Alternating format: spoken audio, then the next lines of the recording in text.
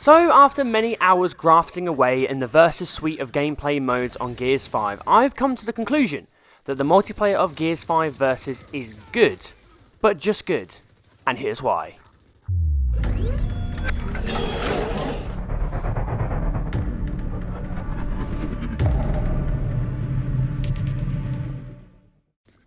Hey squad, Sykes here, and a kindly reminder that if you enjoyed this video, please make sure you leave a like, subscribe to InstallationX, and hit the bell for notifications. Also, in typical Gears fashion, this video will contain scenes of violence and strong language, so be warned. After the larger reveal of Gears 5 at E3 2019, and having been able to get involved in the multiplayer beta, I decided that Gears 5 would finally be the Gears game that gets me hooked on the Versus multiplayer. I made a conscious effort to stick with the game, put in the grind to improve my game and see how far I could go. It's fair to say that I've been thoroughly destroyed by a Nash's shotgun to the face and blown into lots of little pieces countless times, but now, a couple of weeks later, my improvement is starting to show.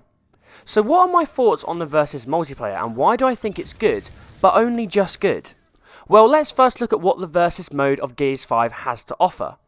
As is commonplace now in many multiplayer-focused games and franchises, Versus is split into two, Quick Play and Ranked. Both sections are broken down into different game modes, which we are going to take a look at now.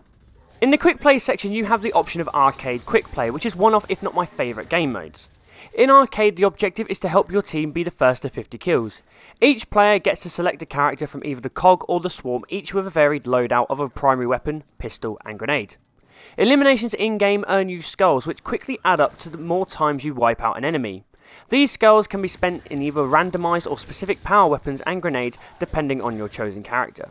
This element of being rewarded for your contribution to the team and for your individual performance is highly satisfying. Classic Quick Play, on the other hand, is structured differently in that it offers players a selection of all the other Gears 5 multiplayer game modes, such as Team Deathmatch, King of the Hill, Guardian, Escalation, Execution, Dodgeball, and my personal favourite, Arms Race, which is a take on Call of Duty's gun game. Only in Gears 5 it requires 3 kills across the whole team to trigger the next weapon. Now moving into the ranked sections of Versus, and the level of gameplay starts to crank up a notch but also becomes rather frustrating. Players can get ranked in different modes including Team Deathmatch, King of the Hill, Escalation and Guardian. What is strong about the ranked mode options is that they offer good variance on the already strong gameplay mechanics. Team Deathmatch is structured where every team gets 15 respawns. Once your team respawns are depleted, you're on your last life before being eliminated. Now this game mode was for me the most intense but also the most frustrating. If you are unfortunate to have 1 or 2 bad teammates, I know, at points that was me, then your respawns can be depleted super fast and you are constantly at a disadvantage. The other issue with Team Deathmatch is if you're not experienced with how the Nash's shotgun and the cover mechanics work hand in hand, well then squad, you're fucked. Deathmatch becomes such a sweaty shotgun fest that if you're a newbie who is unbroken to Gears multiplayer, you will be playing catch up for a while. The skill gap is quite vast. King of the Hill offers a classic game mode of capturing and controlling areas for periods of time while scoring points. The first team to 180 points wins the round. This was probably my favourite game mode as it concentrated players at various points across the whole map, allowing for lots of eliminations. The rounds were also longer, meaning there was more time to get stuck in and really embed your style in the match. Guardian follows a similar pattern as Team Deathmatch, but this time your respawns are locked to the leader, which is chosen at random at the start of each round from a member of your team. As long as your leader remains alive, you can keep respawning. However, as soon as your leader is taken out, you're on your last life.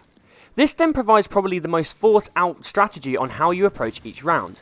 Do you head in all guns blazing, trying to wipe out the enemy team's leader, or hang back and protect your own leader?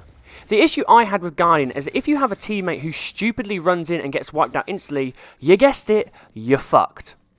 Execution follows along with a more streamlined mode similar to Breakout in Halo 5 where everyone has 1 life and once you're dead, you stay dead until the end of the round.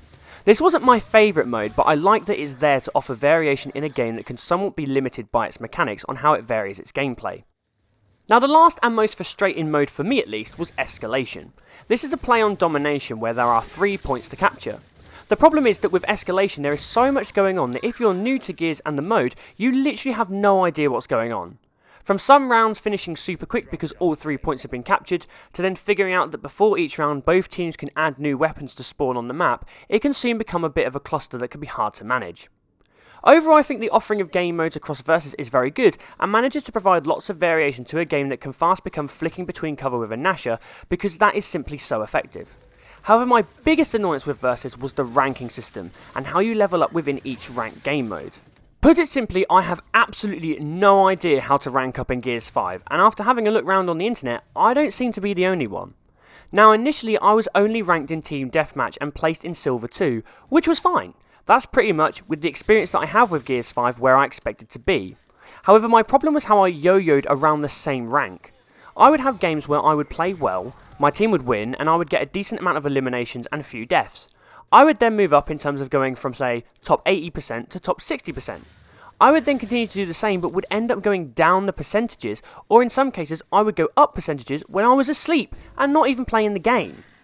The ranking system just seems incredibly convoluted and has seemingly no structure and isn't clear to players on how they can progress and what they need to do to grind results, which for such a big AAA title with a competitive fan base just doesn't seem good enough.